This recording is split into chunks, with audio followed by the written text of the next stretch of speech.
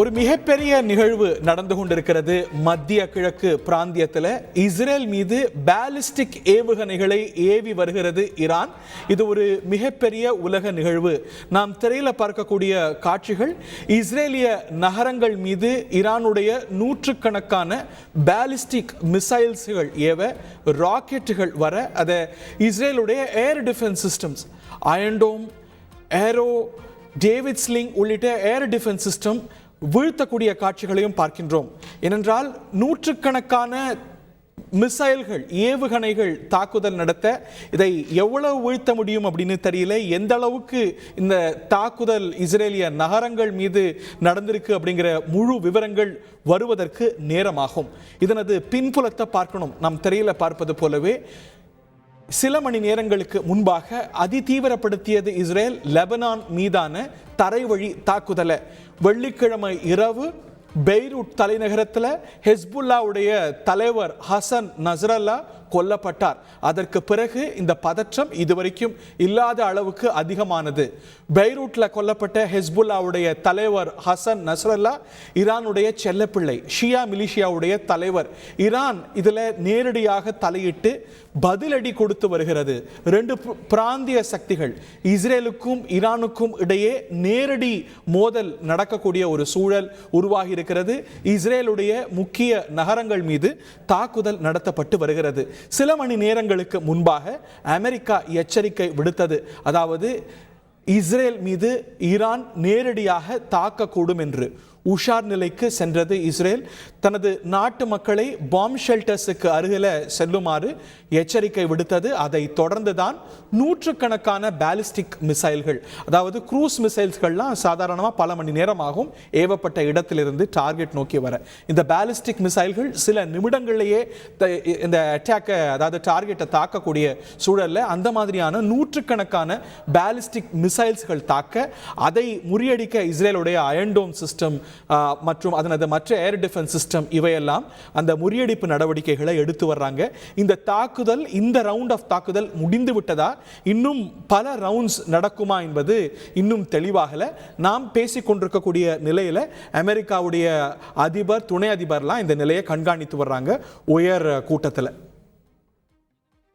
Major Madan மத்திய கிழக்கு பிராந்தியத்தை நன்கு அறிந்த பாதுகாப்பு வல்லுநர் மேஜர் மதன் நம்மோடு இணைந்திருக்கிறார். திஸ் இஸ் ஹியூஜ் இல்லையா திரு மதன்? ஏற்கனவே ஏப்ரல்ல ஈரான் தாக்கியது, ஆனால் அது ஒரு விளையாட்டு தாக்குதல் போல தான் இருந்தது. ஆனால் இந்த முறை பாலிஸ்டிக் மிசைல்ஸ்களால தாக்குறாங்க. இந்த தாக்குதலுடைய தீவிரத்தை நீங்க எப்படி பார்க்கறீங்க? விரிவா எங்க நேயர்களுக்கு விளக்கி சொல்லுங்க. இல்ல, நிச்சயமா இது எக்ஸ்பெக்ட் பண்ணதுதான். ஏன்னா அவங்களுடைய ரெஸ்பான்ஸ் அப்படின்றது அவங்க கொடுத்துதான் ஆகணும். கொடுக்காம விட்டாங்கன்னா ஹிஸ்புல்லாக்களும் இனி ஃபர்தரா அவங்களுக்கு வேலை பார்க்கக்கூடிய அந்த இது போயிடும். ரெண்டாவது, இந்த பிராந்தியத்துல அவங்களோட இன்ஃபுளுன்ஸும் கம்மியாயிரும். இது எல்லாத்தையும் தாண்டி உள்நாட்டுக்குள்ளேயே அவங்களுக்கு அவங்களுடைய அந்த ரெஜிம்க்கு ஒரு பெரிய சேலஞ்ச் ஆயிரும். ஸோ அவங்க ரெஸ்பாண்ட் பண்ணுவாங்க அப்படின்னு எதிர்பார்த்ததுதான். இது இந்த நேரத்துல இந்த டேவை அவன் ஏன் சூஸ் பண்ணாங்க அப்படின்னு நம்ம ஒரு டைம் பார்க்கும்போது, இன்னைக்குதான் நம்ம பேசக்கூடிய இந்திய நேரப்படி லெபனானுக்குள்ள இஸ்ரேலுடைய தரைப்படை போயிருக்கு. ஸோ ஒரு நாட்டுக்குள்ள எல்லைக்குள்ள தரைப்படை என்னைக்கு போச்சோ அதுதான் நம்ம டெக்னிக்கலா நம்ம வார் அப்படின்னு சொல்லுவோம், போர் அப்படின்னு சொல்லுவோம். இப்பயும் அவங்க ரெஸ்பாண்ட் பண்ணாம இருந்தாங்கன்னா அது அவங்களுடைய இதுக்கு ஒரு பெரிய பிரச்சனையாகும் அப்படின்றதுனாலதான் அவங்க ரெஸ்பாண்ட் பண்ணிருக்கிறாங்க. நிச்சயமா இந்த 1800 கிலோமீட்டர் தொலைவில் அவங்க பாலிஸ்டிக் மிசைல்ஸ் தான் யூஸ் பண்ணி ஆகணும். பட் இதுல நம்ம பார்க்க வேண்டியது என்னன்னா, அவங்க யூஸ் பண்ணக்கூடிய வாரேட் என்ன, மிசைல் அப்படின்றது ஒரு டெலிவரி மெக்கானிசம் தான், அதை கொண்டு போய் சேர்க்கக்கூடிய ஒரு கருவி தான். எவ்வளவு பேலோட் எந்த அளவுக்கான வாரேட்ஸ் யூஸ் பண்ணிருக்காங்க அப்படின்றத நம்ம வந்து இன்னும் ஆசர்டன் பண்ண முடியல. பட் நிச்சயமா இஸ்ரேலுடைய அவங்களுடைய ஸ்டாண்டர்ட் ஆபரேட்டிங் ப்ராசஸ்ல அவங்க முனிசிபல் லெவல்லயே பாத்தீங்கன்னாலும் இந்த மாதிரியான ஒரு அறிவிப்பு வந்து அந்த அந்த அந்த கோட் அவங்க டிக்ளேர் பண்ணும் பொழுது இதுல உயிர் சேதம் பெரிய லெவல்ல ஏற்படுறதுக்கான வாய்ப்புகள் இல்லை. நீங்க கண்டிப்பா அங்க இஸ்ரேல இருந்திருக்கீங்க, உங்களுக்கு தெரியும். ஒரு நகரம் மேல இருக்கு, ஒரு நகரம் கீழே இருக்கு. பங்கர்ஸ் அவங்க வந்து நிச்சயமா யூஸ் பண்ணிருப்பாங்க. இதுல வந்து பெரிய அளவுக்கு உயிர் சேதம் இருக்காது. பட் இன்ஃப்ராஸ்ட்ரக்சர் வந்து நிறைய டேமேஜ் ஆயிருக்கு அப்படின்றதுதான் நம்ம வந்து ஃபர்ஸ்ட் லெவல் ஆஃப் அசஸ்மெண்ட் நமக்கு அந்த காட்சிகள்லாம் பார்க்கும்போது தெரியுது. இப்போ நமக்கு இப்ப லேட்டஸ்டா கிடைக்கிற தகவல் படி பாத்தீங்கன்னா, நாளைக்கு இன்னொரு 4-5 மணி நேரத்துக்குள்ள இஸ்ரேல் ஒரு கடுமையான ஒரு பதிலடியை வந்து ஈரானுக்கு கொடுப்பாங்க அப்படின்றதையும் நம்ம பார்க்க முடியுது. அவங்களுடைய போர் விமானங்கள் இப்ப கிட்டத்தட்ட அந்த மிஷனுக்கு அவங்க ரெடியாக ஏற்கனவே அவங்க வார்கேமிங் பண்ணிருக்கிறாங்க. சோ அந்த பட்சத்துல நம்ம பார்த்தோம் அப்படின்னா, ஈரானுடைய தலைநகரான தெஹ்ரான் மீது தாக்குதல் நடத்துறதுக்கான வாய்ப்புகள் இருக்கு. அவங்களுடைய எண்ணெய் கிணறுகள் மற்றும் அங்க இருக்கக்கூடிய ஒரு மிகப்பெரிய பவர் பிளான்ட் மற்றும் அவங்களுடைய அணுசக்தி இயங்கக்கூடிய அந்த ரிசர்ச் இருக்கக்கூடிய ஒரு பில்டிங், ஒரு இன்ஃப்ராஸ்ட்ரக்சர் இருக்கு. அது மேல தாக்குதல் நடத்துனாங்க அப்படின்ற பட்சத்துல இந்த போர் அப்படின்றது நேரடியா இஸ்ரேல் வர்சஸ் ஈரான் ப்ராக்ஸி எல்லாம் இல்லாம போறதுக்கான வாய்ப்புகள் மிக மிக அதிகமா இருக்கு. நிச்சயமா இந்தியாவுக்கும் சைனாக்கும் ஒரு நல்ல செய்தி கிடையாது. ஏன்னா 87% நம்மளுடைய கச்சா எண்ணெய் வந்து நம்ம இறக்குமதி தான் செஞ்சுட்டு இருக்கோம், வேற நாடுகள் நம்பிதான் நம்ம இருக்கோம். இது நம்ம வந்து ரசிக்கக்கூடிய விஷயமோ இல்ல எந்த ஒரு சார்பு நிலை எடுக்கக்கூடிய விஷயமோ கிடையாது. இப்ப இருக்கக்கூடிய சூழ்நிலையில இப்பதான் கச்சா எண்ணெய்க்கு விலை $70 கீழே போய் இப்போ பெட்ரோல் டீசல் விலை குறையும்னு எதிர்பார்க்கிற நேரத்துல இந்த தாக்குதல் நடத்துறது வந்து நமக்கும் ஒரு ஷார்ட் டர்மோ ஒரு செட்பேக்கா தான் நான் பாக்குறேன். இந்த மாதிரியான மோதல்களை நம்ம ஏப்ரல் மாதத்தில் பார்த்தோம். அப்பையும் இஸ்ரேல் சிரியாவில் இருக்கக்கூடிய ஈரானுடைய டிப்ளமேட்டிக் கேம்பஸ் மீது தாக்குதல் நடத்த அங்கே IRGC கமாண்டர்ஸ் எல்லாம் குறிவைக்கப்பட்டாங்க. அதற்கு பதிலாக கடந்த ஏப்ரல் மாதத்தில் ஈரான் தாக்குதல் நடத்தியது. ஆனால் அந்த மிசைல்ஸ்கள்லாம் வரத்துக்கே பல மணி நேரம் ஆச்சு. க்ரூஸ் மிசைல்ஸ் யூஸ் பண்ணாங்க அப்படின்னு பார்த்தோம். பேலிஸ்டிக் மிசைல்ஸும் யூஸ் பண்ணப்பட்டது. ஆனால் அந்த தாக்குதலை விட இந்த தாக்குதல் சற்றே தீவிரமானது அப்படின்னு பார்க்க முடியுமா? ஏன்னா அதற்கும் ஒரு அடையாள பதிலடியத்தான் இஸ்ரேல் கொடுத்தது. அந்த பதற்றம் சில நாட்கள்ல தணிந்தது. அதுபோல தணியக்கூடிய பதற்றமா இது இருக்குமா, இல்ல இன்னும் பல கட்டம் தீவிரமாக கூடிய ஒரு நிலையில தான் நம்ம இருக்கிறோமா?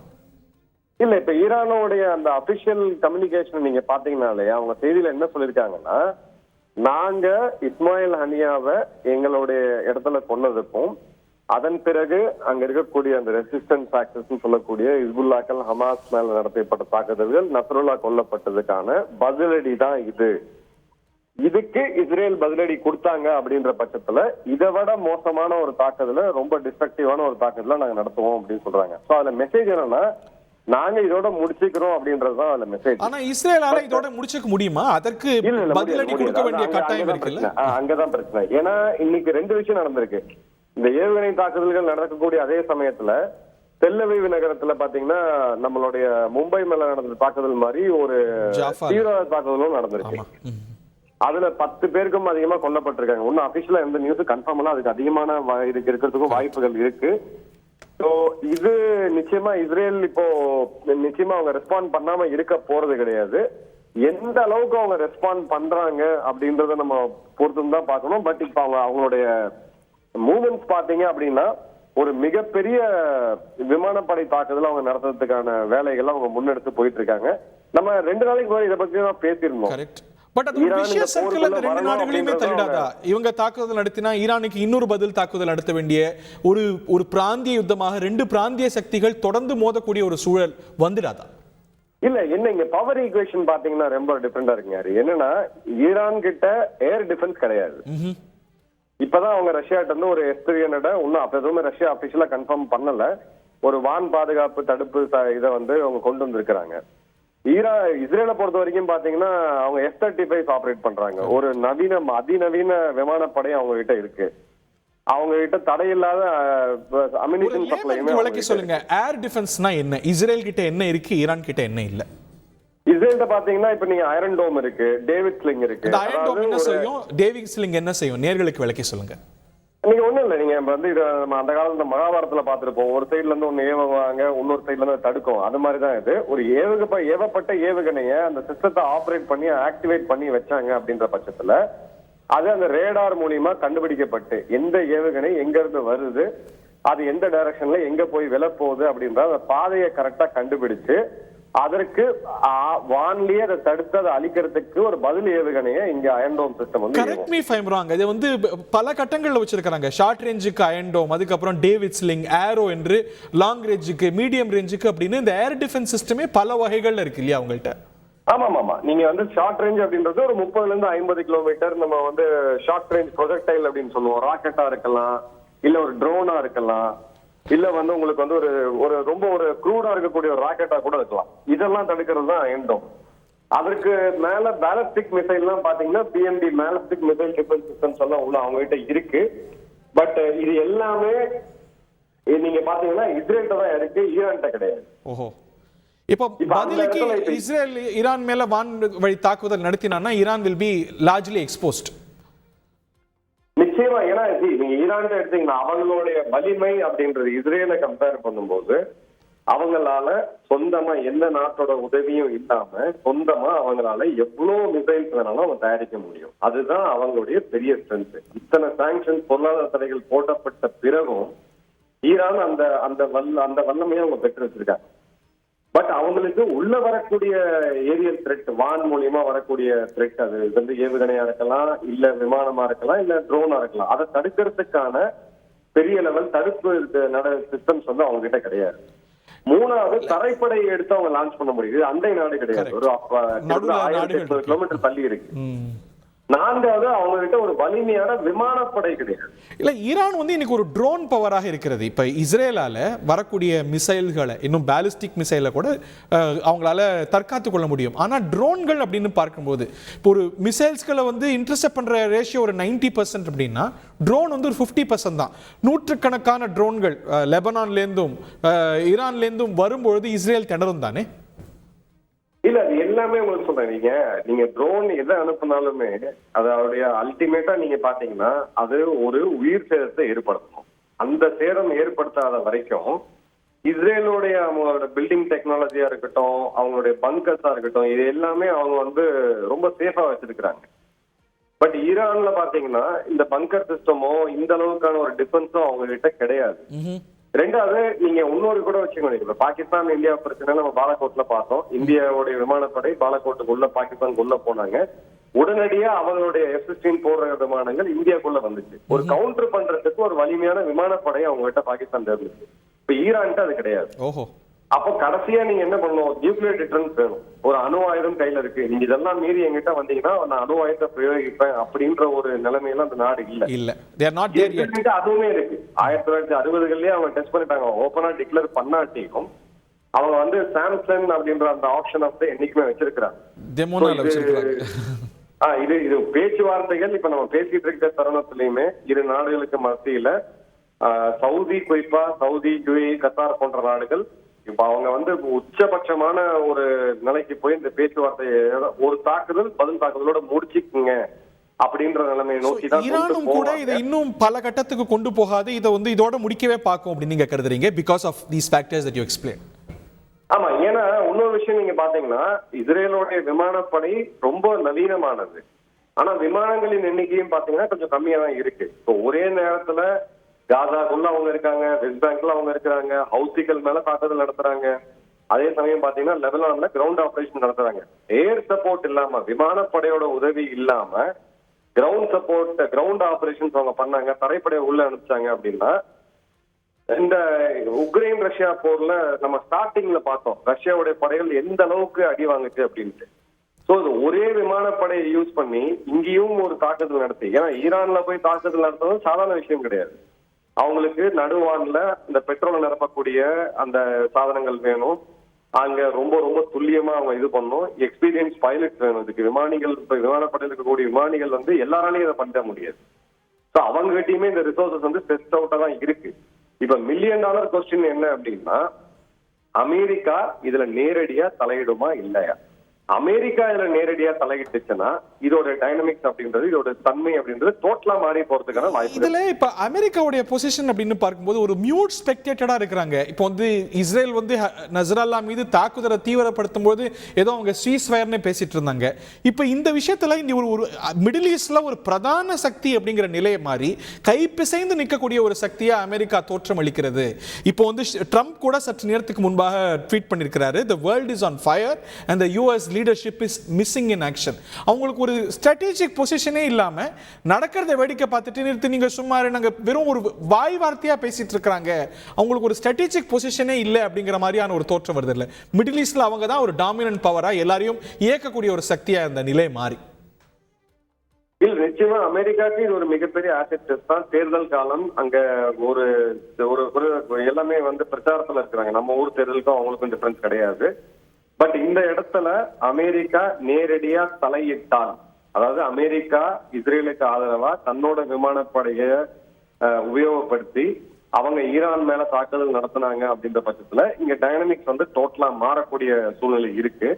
பட் இப்போ வரைக்கும் அவங்க வந்து நாங்க மானிட்டர் பண்றோம், நீங்க சொன்ன மாதிரி வந்து அவங்க இன்னும் முழுசா ஒரு இது பண்ணல. இன்ஃபேக்ட் இந்த கலவரம்லாம் நடந்துட்டு இருக்கும் போதுதான் ஒரு 5 நாட்களுக்கு முன்னாடி அமெரிக்க படைகளை வாபஸ் பெற்றாங்க. அந்த இடத்துல இருந்து நம்மளுடைய வெஸ்ட் ஏஷியால இருந்து மிடில் ஈஸ்ட் சொல்லக்கூடிய இந்த பகுதிகள் வந்து வாபஸ் பெற்றாங்க. ஒரு க்ளூலெஸ்ஸா இருக்காங்க. அவங்களுக்கு என்ன, அவங்க ஒரு லீடர்ஷிப் ரோல்ல இருந்து இன்னைக்கு வந்து கை பிசைஞ்சு நிக்கிறாங்க. நெத்தன்யாஹு வந்து ஒரு டீலுக்கு போறேன்னு சொல்லிட்டு அடுத்த நாள் நஸ்ரல்லாவை கொல்றார். இன்னும் சொல்ல போனா ஒரு அயன் கிளாட் ரிலேஷன்ஷிப், ஒரு ஸ்பெஷல் ரிலேஷன்ஷிப் அப்படிங்கறதெல்லாம் தாண்டி இஸ்ரேலுக்கும் அமெரிக்காவுக்கும் ஒரு மிஸ்ட்ரஸ்ட் இருக்கிறத பாக்குறோம். இல்ல நீங்க பாட்டு நடத்திக்கோங்க, இந்த தேர்தல் காலம் எங்களால வந்து வெளிப்படையா ஆசி கொடுக்க முடியாது அப்படின்னு ஒரு மறைமுக ஆசையை இஸ்ரேலுக்கு அமெரிக்கா கொடுத்துட்டு இருக்கா. இல்ல, இஸ்ரேலுடைய இப்ப நடக்கக்கூடிய தன்மையை பாத்தீங்கன்னா, இஸ்ரேல் வந்து இதுக்கு முன்னாடி நடந்த போர்கள், 3 வளைகுடா போர்கள், அதுல இஸ்ரேலோட ரோல் எல்லாமே டோட்டலா வேற மாதிரி இருந்துச்சு. இப்ப அவங்க லீடர்ஷிப் எடுக்கணும்னு பாக்குறாங்க. தன்னை வந்து ஒரு அமெரிக்காவுடைய சேட்டலைட் ஸ்டேட்டா, ஒரு துணை ஒரு நாடா, கனடா மாதிரியோ இல்ல யூகே மாதிரியோ இல்லாம நாங்க முன்னெடுத்து போகிறோம், நீங்க வெறும் ஆயுதங்களை மட்டும் கொடுங்க. ஏன்னா அந்த ஆயுதங்களை கொடுக்கறதுக்கும் அவங்களுக்கு வந்து கமிட்மெண்ட் இருக்கு. ஏன்னா டெக்னாலஜி அந்த லெவரேஜ் அமெரிக்காவுக்கு இருக்குல்ல. நான் சொல்றதை கேட்க மாட்டேங்கிறீங்க, நீங்க தீவிரப்படுத்துறீங்க, நான் வந்து அடுத்த காசு அனுப்ப மாட்டோம், அடுத்த ஆயுதங்களை அனுப்ப மாட்டோம் அப்படிங்கிற லெவரேஜா அமெரிக்கா இன்னைக்கு பயன்படுத்த முடியாதா இஸ்ரேல்? இல்ல, அதுதான் பிரச்சனை. இது ரஷ்யாவால இதை பண்ண முடியும், சைனாவால இதை பண்ண முடியும், அமெரிக்காவால பண்ண முடியாது. இந்த நிலைய இப்ப இருக்கக்கூடிய டெமோக்ராட்டிக் அரசாங்கம் எடுத்தாங்கன்னா கமலா ஹாரிஸ் இந்த வரக்கூடிய நவம்பர்ல நடக்கக்கூடிய தேர்தலில் படுதோல்வி சந்திப்பாங்க.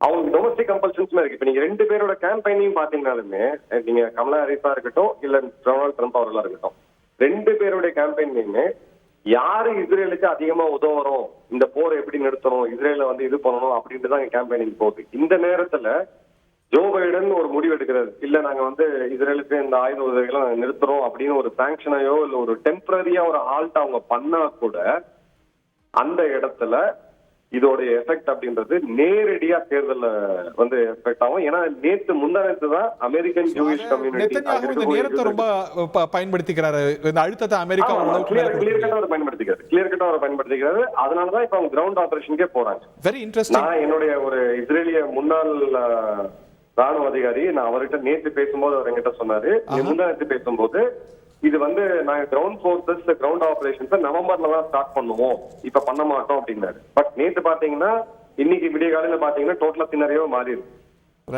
இவங்களை பொறுத்த வரைக்கும், இஸ்ரேலை பொறுத்த வரைக்கும் இந்த இடத்த விடக்கூடாது அப்படின்றதுலதான் அவங்க மூவ் பண்ணி போயிட்டு இருக்காங்க. ஈரான் நேரடியா இந்த போருக்கு வரணும் அப்படின்றதுதான் அவங்களுடைய இது. அதை வந்து ஈரான் இப்ப செஞ்சிருக்கு.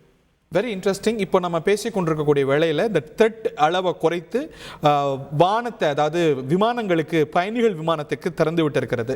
அதனது பொருள் ஒருவேளை இந்த தாக்குதல் தற்போது இந்த ரவுண்டோட முடிகிறது அப்படிங்கிறதாக கூட இருக்கலாம்.